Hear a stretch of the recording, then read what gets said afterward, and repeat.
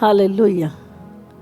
ये वो बीज हैं जब आपकी लाइफ में बोए जाते हैं, सचमुच ये आपको सिद्ध करते हैं, आपको सामर्थ देते हैं। और अच्छे बीज जो बोए जाते हैं आपके मुंह के द्वारा, आपके हृदय में, वो बहुत सारा फल लेकर आते हैं, अच्छी कटनी को लेके आते हैं।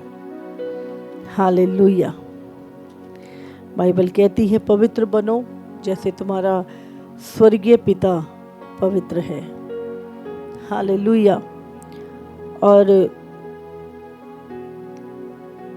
सचमुच पवित्रताई वो है जो आपके पिता के अंदर है।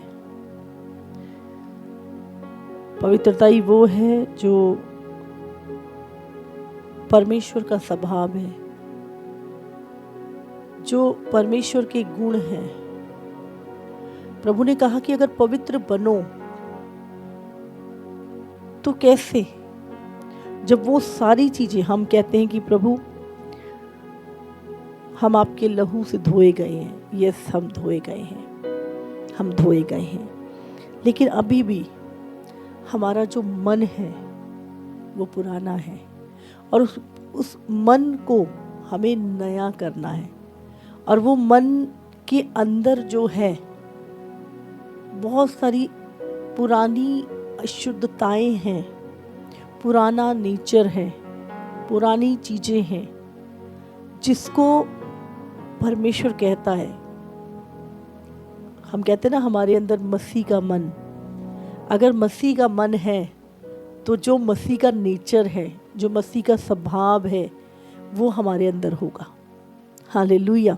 तो शुद्ध पवित्र होना है ना। परमेश्वर का एक वचन कहता है कि मनुष्य को कौन सी बातें हैं जो अशुद्ध करती हैं, है ना। तो वो बातें बाहर नहीं है, वो बातें अंदर हैं। और किसके? आत्मा के अंदर नहीं है, वो बातें हैं आपके मन के अंदर। आपका आत्मा पवित्र किया गया है, आत्मा का उद्धार हो चुका है, पर ये जो मन की अशुद्धता है। और बाइबल कहती है, अगर हम मरकुस 7:20 अगर हम पढ़ें, फिर उसने कहा जो मनुष्य में से निकलता है वही मनुष्य को अशुद्ध करता है। समझ रहे? अशुद्धता बाहर से नहीं आ रही, अशुद्धता हमारे मन में है। और क्या लिखा है? जो हमें अशुद्ध करता है वो मनुष्य के अंदर से निकलता है। और अंदर से क्या निकलता है? क्योंकि भीतर से, हमारे अंदर से, हमारे भीतर से, हमारे मन से, अर्थात क्योंकि भीतर से, भीतर मतलब आगे लिखा है अर्थात मनुष्य के मन से। समझ रहे? तो अशुद्धता कहाँ है? मन में। पुराना स्वभाव कहाँ है? मन में।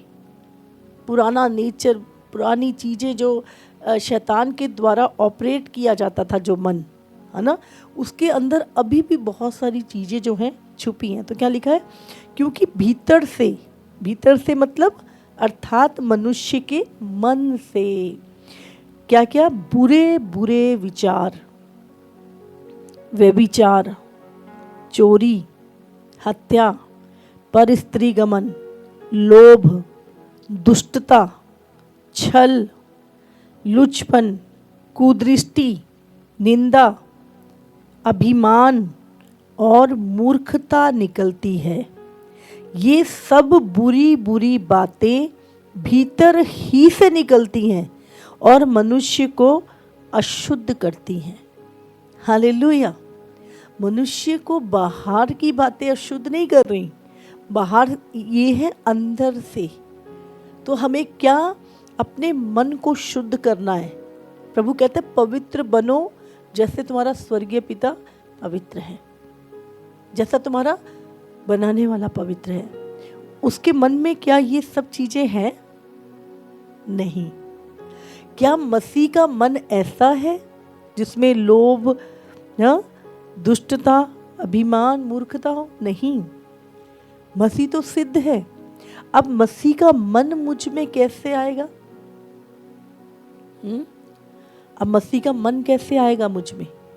और ये चीजें निकलेंगी कैसे? क्योंकि ये तो मन में है, ये भीतर है और ये हमें अशुद्ध करती हैं। हम किसी की निंदा कर रहे हैं, यहाँ लिखा निंदा तुम्हें क्या करती है? अशुद्ध करती है। कुदृष्टि, गलत गलत देख रहे हो आप, वो आपको अशुद्ध करती है ना। आपके अंदर छल है, वो आपको अशुद्ध करता है। लोभ है, वो अशुद्ध करता है। अभिमान है, अशुद्ध करता है। व्यभिचार, बुरे बुरे विचार, हत्या, ये सभी चीज़ें क्या करती है? आपको अशुद्ध कर रही हैं। अब इनको क्या है? हमें हटाना है। तो वो कैसे हटेंगी? बाइबल में क्या लिखा है? अगर हम रोमियो पढ़ते हैं कि मन के नए हो जाने से तुम्हारा चाल चलन भी बदलता जाता है। रोमियो 12 में लिखा है, 12:2 में लिखा है, इस संसार के सदस्य ना बनो, परंतु तुम्हारे मन के नए हो जाने से तुम्हारा चाल चलन भी बदलता जाए, जिससे तुम परमेश्वर की भली और भावती और सिद्ध इच्छा अनुभव से मालूम करते रहो। यहाँ पे लिखा है तुम्हारे मन के नए हो जाने से। अब नया मन कैसे होगा? मन के नए हो जाए, प्रभु कहता है मन के नए। मन नया कब होगा? जब आप ऊपर का वचन पढ़ेंगे कि अपने शरीरों को जीवित और पवित्र और परमेश्वर को भावता हुआ बलिदान करके चढ़ाओ, यही तुम्हारी आत्मिक सेवा है ना। अब क्या है? ये है हमारे परमेश्वर का वचन। जब तुम्हारे अंदर प्रभु का वचन जाएगा, वचन सिर्फ जाना नहीं, उस पे चलना, समझे? जैसे जैसे वो आज्ञाकारिता में तुम बढ़ोगे तो तुम्हारा शरीर मरेगा। तुम्हारे यहाँ लिखा है शरीरों को जीवित, पवित्र और परमेश्वर को भावता हुआ बलिदान चढ़ा दो। शरीर क्रूस पे चढ़ गया। यहाँ पे शरीर ये नहीं है कि आप क्रूस पे चढ़ जाओ और कीले गाड़ लो अपने हाथों में। यहाँ पे क्या है? अभिलाषाएं, वो बुराइयां जो आपके अंदर भरी पड़ी हैं, है ना। वो बुराइयां कब निकलेंगी? जब आप प्रभु के वचन पे चलोगे। आपका मन कर रहा है निंदा करने का, पर प्रभु कहता है कि निंदा करने से तुम अशुद्ध होते हो। तो आपने निर्णय लिया कि मैं निंदा नहीं करूँगा, समझ गए? तो मुश्किल किसको लग रहा है?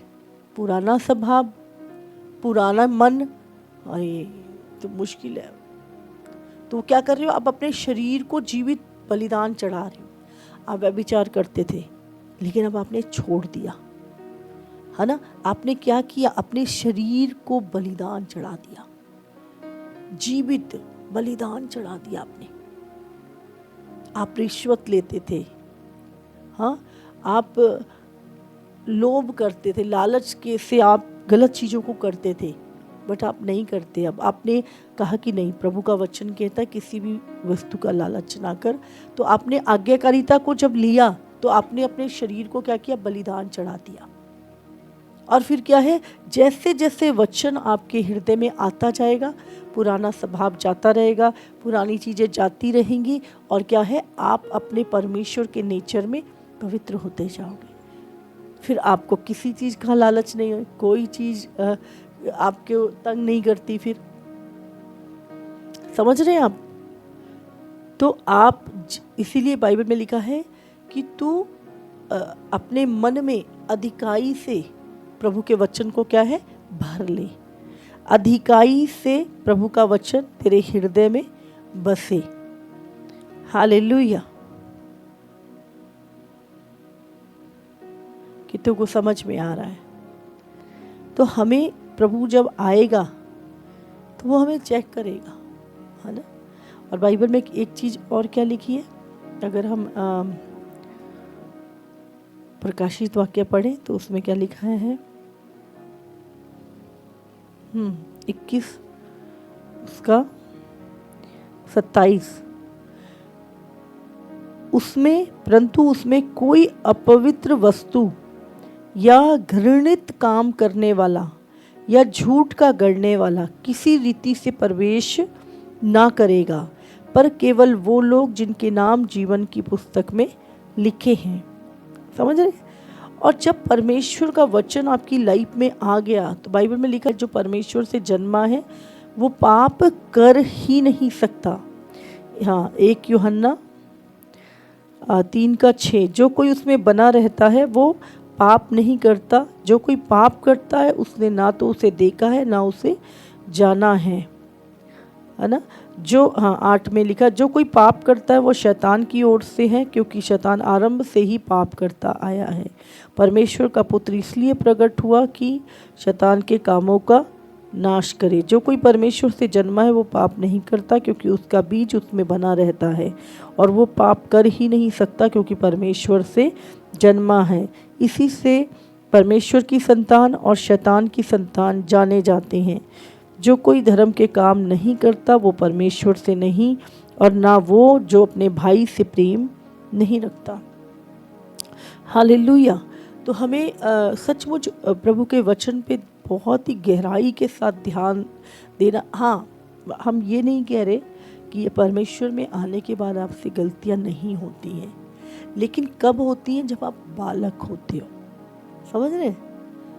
बहुत जब आप प्रभु में आते हो तो कई बार क्या होता है, जैसे छोटा बच्चा होता है ना, हम पढ़ा है बाइबल में भी 3 साल तक बालक जैसे एक पेड़, जब लिखा है कि वो उसने फल नहीं दिया तो प्रभु ने मालिक ने कहा इसे काट दो, तो माली ने कहा कि कोई नहीं, मैं अभी और थोड़ा सा इस पे मेहनत करता हूँ। तो जब आप बालक होते हो कुछ गलतियाँ हो जाती हैं, लेकिन अगर आप मसीह में मैच्योर हो गए और बहुत साल, फिर वो चीज़ें मतलब ही नहीं है। अगर वो नहीं है तो फिर आप परमेश्वर की ओर से नहीं हो। तो बहुत सारी आपको ध्यान रखना है। हाँ, बालकों, ऐसा नहीं है, बाइबल लिखा है हे बालकों, अगर तुमसे कोई पाप हो जाता है तो तुम्हारे पास एक क्या है, अगर हम यहाँ पर, हाँ यहाँ पर यूहन्ना पढ़ लेते हैं हम 2:1, यहाँ पे लिखा है हे मेरे बालकों, मैं ये बातें तुम्हें इसलिए लिखता हूँ कि तुम पाप ना करो। यहाँ पे एक शब्द आया है बालकों, याद रखिएगा। और अगर आप इसको यहाँ पे पढ़ेंगे तो यहाँ पर अभी हमने एक वचन पढ़ा था, उसमें वचन आया था भाइयों, समझ रहे हैं, लेकिन यहाँ पे एक वचन आया हे मेरे बालकों, मैंने ये बात तुम्हें इसलिए लिखता हूँ कि तुम पाप ना करो। और यदि कोई पाप करे तो पिता के पास हमारा एक सहायक है, अर्थात धर्मी यीशु मसीह, और वही हमारे पापों का प्रायश्चित है, और केवल हमारे ही नहीं वरन सारे जगत के पापों का। यदि हम उसकी आज्ञाओं को मानेंगे तो इससे हम जान लेंगे कि हम उसे जान गए हैं। जो कोई ये कहता है मैं उसे जान गया हूँ और उसकी आज्ञाओं को नहीं मानता वो झूठा है और उसमें सत्य नहीं। पर जो कोई उसके वचन पर चले उसमें सचमुच परमेश्वर का प्रेम सिद्ध हुआ है।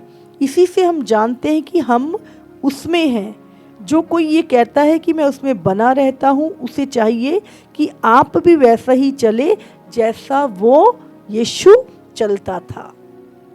हालेलुया। तो यहाँ पर ऐसा नहीं लिखा बालकों, अगर जब हम प्रभु में आते हैं और कुछ चीज़ें हमसे गलती हो जाती है तो हमें ऐसा नहीं कि हम प्रभु ने हमें छोड़ दिया है। लिखा है यहाँ पे कि तुम्हारा एक सहायक अर्थात धर्मी यीशु मसीह पिता के पास है, जो तुम्हारे पापों का प्रायश्चित है, और केवल हमारे ही नहीं वरन सारे जगत के पापों का। और यदि हम उसकी आज्ञाओं को मानेंगे तो हम इससे जान लेंगे कि हम उसे जान चुके हैं। और यदि हम आज्ञा में नहीं चल रहे, या तो हम बालक हैं, इसलिए पौलुस कहता है कि तुम बालकों के समान नहीं, बार बार गलतियां, बार बार उसी पाप में गिरना, बार बार अशुद्धता में जाना, है ना। कहता है अब तुम्हें तो रोटी खाने वाला बन जाना चाहिए, तुम्हें तो मांस खाने वाला बन जाना चाहिए, बट तुम अभी भी दूध पे ही हो। तो परमेश्वर को ये बिल्कुल भी पसंद नहीं है कि हम इतने साल पुराने मसीह में हो जाते हैं और अभी भी हम दूध ही पी रहे हैं। अभी छोटी छोटी बातों में हमारे अंदर कोई मैच्योरिटी नहीं आई, अभी भी गलतियां कर रहे हैं। आप सोचो, हाँ, 10-15 साल का बच्चा अगर बिस्तर में सुसु करे, हाँ, तो आप सोचो आप क्या बोलोगे? आप थप्पड़ लगाओगे उसको। लेकिन अगर 2-3 साल तक बच्चा करता है तो आप कहते चलो ये नॉर्मल है। समझ रहे हैं? आजकल तो वैसे ही लोग बड़े मैच्योर हो जाते हैं पहले ही, पर मसीह में नहीं होते। समझ रहे हैं आप? तो मसीह में भी हमें मैच्योर होना है। तो पौलुस कहता है दूध पीने वाले नहीं, रोटी खाने वाले बनो। तो बहुत सारे लोग उन्हीं छोटी छोटी चीज़ों के लिए हम उलझे रहते हैं अपनी लाइफ में ना। हमें अब प्रभु में मैच्योर बनना, अब हमें दूसरों को संभालने वाला बनना है। हालेलुया। परमेश्वर आपको ब्लेस करे। हालेलुया। तो मैं विश्वास करती हूँ मेरे वचन को समझ रहे हैं, क्योंकि शुद्धता बहुत ज़रूरी है। हालेलुया। मैच्योरिटी बहुत ज़रूरी है। इतना अपने शारीरिक कामों पे और बातों पे और ध्यान देने से अच्छा है अपनी आत्मिक मैच्योरिटी के ऊपर। अगर आप कहते हो कि आप परमेश्वर को जान गए हो और उसकी आज्ञाओं को नहीं मानते, तो बाइबल कहती है तुमने परमेश्वर को जाना ही नहीं है। अगर तुम परमेश्वर को जानते तो तुम परमेश्वर की आज्ञाओं को मानते। हालेलुया।